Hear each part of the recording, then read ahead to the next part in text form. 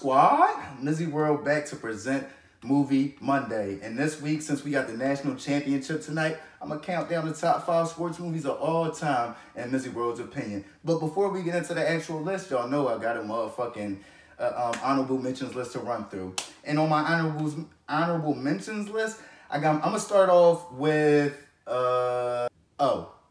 Now, O isn't on the actual list of top 5 sports movies of all time simply because I don't think the basis of the movie was to shed light on sports. It was a modern day remake of Othello. You feel what I'm saying? So to me, it was just a brilliant, beautiful movie, and it had a lot of basketball in it. So I was going to put it in there, but since to me the basis wasn't sports, I'm going to keep it off, but it got to go on the honorable mentions. You feel what I'm saying? Another honorable mention, The Longest Yard.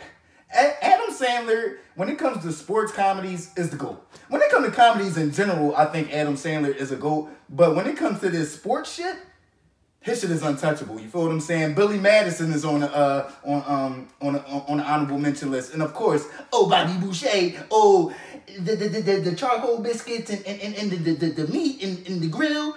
Are you inviting me to a barbecue, Bobby Boucher? That nigga got to be on here. The Water Boy got to be on here as an honorable mention. And before I get into the list, the last honorable mention is The Program. Y'all know I love The Program, and I'm giving a little sneak peek into the list. But The Program didn't quite make the list simply because I wanted it to be a well-rounded list sports-wise, and it didn't make it in that top, I'm going to say 2 or 3 spots of football movies for me. You dig what I'm saying? So let's get into the list.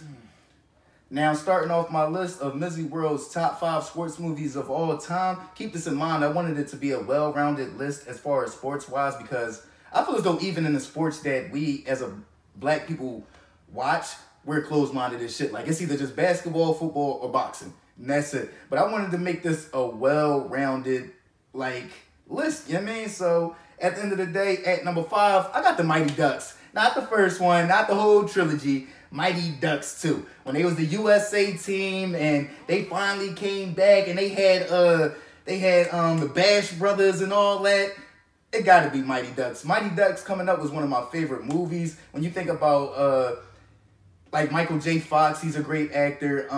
The story behind it, the real message that they were portraying of teamwork and believing in one another and actually accepting people for themselves.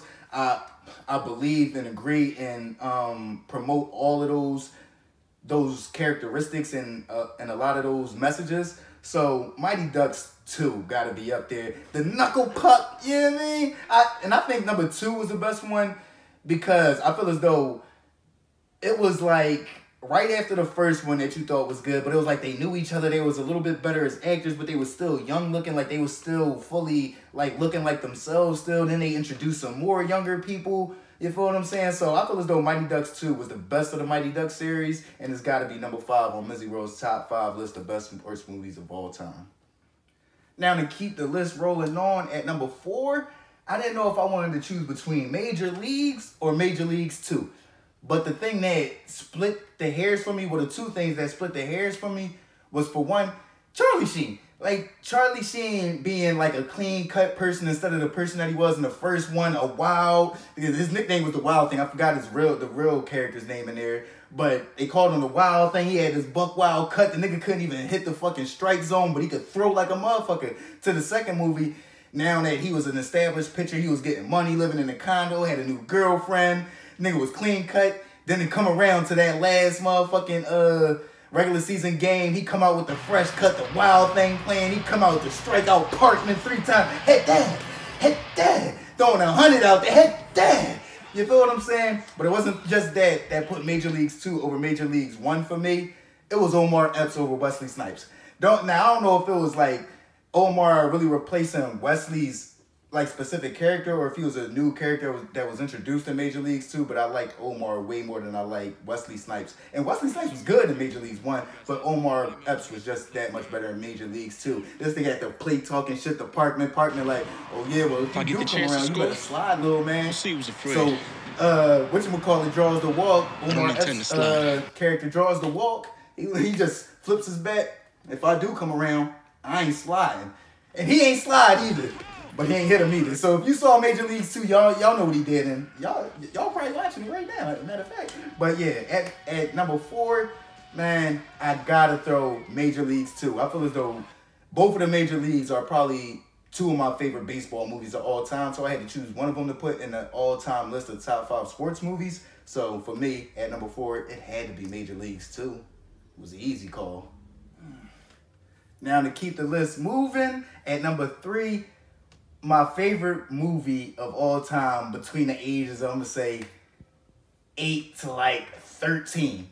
Loving Basketball. I'm about to really show my age with this comment, but every time my mom or my brother, we went to Blockbuster, I'm like, yeah, can we get Loving Basketball? We need to get Loving Basketball. Like, if you know me, if you really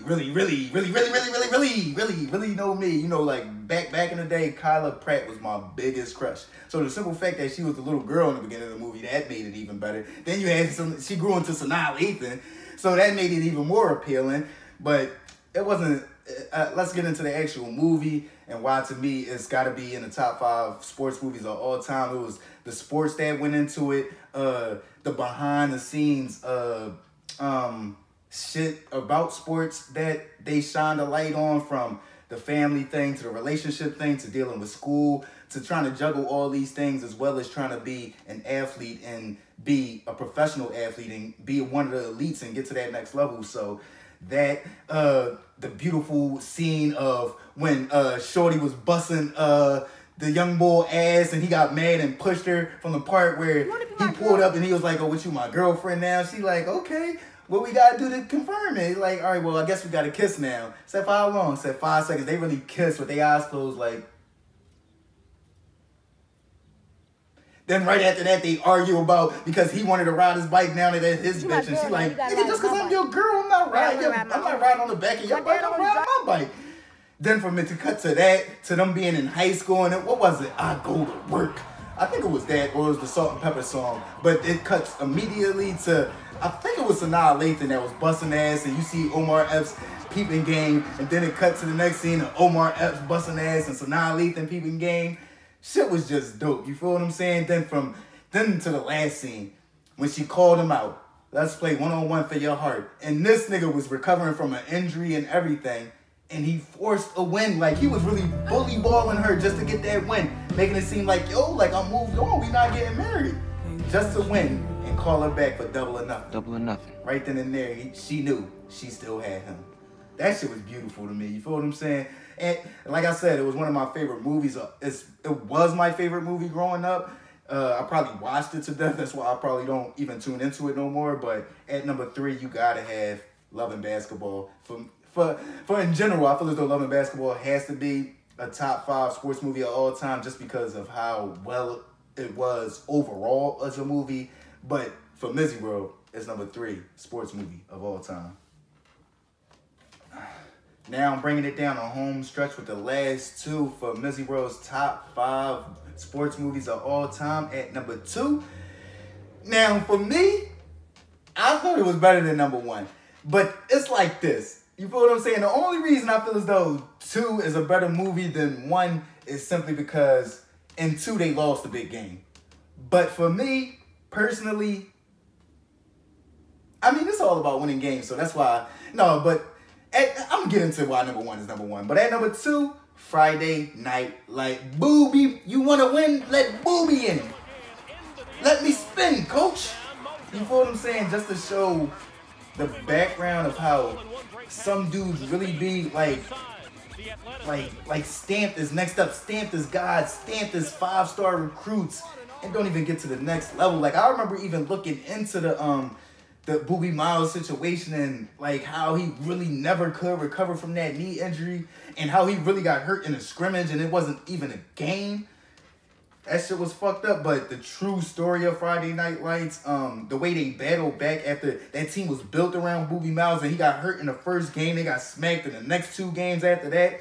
They was about to get smacked in the 3rd game. You know what I'm saying? But then that's when Comer come out of nowhere. He said, who's that kid? He said, that's Comer. You feel like Comer was scared to get hit, you know what I mean? But after that, that shit was, like, Friday Night Lights to me was like a modern day Remember the Titans, honestly. but it didn't have such the significant backing of the civil rights movement and the civil rights issues. You feel what I'm saying? I'm going to touch on that a little bit more. But at number 2, it got to be Friday Night Lights. Just the way they battled. They still went to the state championship. The speech from Billy Bob Thornton when he in the locker room and telling people to open their hearts and do whatever it takes to try to win this game for the man next to you. Leave this field with no regret. I don't want you to think about saying how he was saying that Booby would give anything to just be out there fighting that war with them, playing that game with them. And not only that, the light on Dallas Carter. Like, people don't really realize how big Dallas Carter is football-wise in Texas. Not just Dallas, in Texas. You feel what I'm saying? An inner city school. Like, I think Michael Crabtree went to Dallas Carter. So, it was just a beautiful movie. The fact that they lost, to me, gave it a little extra oomph. But the fact is, they lost in the semifinals that year. They didn't lose in the state chip, so maybe that brings it down a little bit more? I don't fucking know. But at the end of the day, for me, at number 2, Friday Night Lights. One of my favorite football movies of all time. Now on for the winner, the number 1 sports movie of all time. For me, I touched on it on number 2, is Remember the Titans. You think about Wood Harris. You think about Denzel Washington. You think about the civil rights issues at the time, the civil rights movement, the differences between the black players and the white players, the fact that they forced them to sit together, and once they did they sat together. Like, you think about Wood Harris' character and the white boy that he was cool with, they was like this when they went into camp. But when they finally sat there and talked to each other, they was like, yo, like, we have way more in common than we have in difference. You feel what I'm saying? So that shit was just dope to me, how they said that light on the civil rights movement and how sports can actually help that, because like when they came back from the camp, everybody else was still in the middle of the civil rights movement. Like when they came back from camp, it was the first day of school. It was the first time you had these segregated black kids coming into these white schools, and these white motherfuckers did not like that shit. But you had the football team back in the black people, because they knew the black players. So they like, yo, listen, like, y'all gotta chill. Like, they just normal people. Like, what the fuck is wrong with y'all? You feel what I'm saying? So the simple fact they shed the light on how much sports can mean, and the growth of the United States and this indifference that we continue to keep alive between everybody. So that the fact that they won, like I said, I'm gonna give the points to win, because we played to win the game, and they actually did win a state championship that year. So that has to go into it. The fact that the bull got hit in a car accident, you know what I mean? Like, it was just so much. Then it was the game where the refs was trying to get him, but the white coach had Denzel back, even though Denzel was the one that took his job. You feel what I'm saying? Like, the bull really called the refs to the side, like, yo, y'all calling some bogus bullshit. Bull said, you better back up, coach, or you getting another 15. He called a timeout right in the name. He said, yo, come here. He said, yo, y'all hit everything moving. Hey, Petey, you do this, that. And you know, Petey, he couldn't stand somebody raising his voice at him, so he steps away from the huddle right then and there. He said, forget it. You in the game now.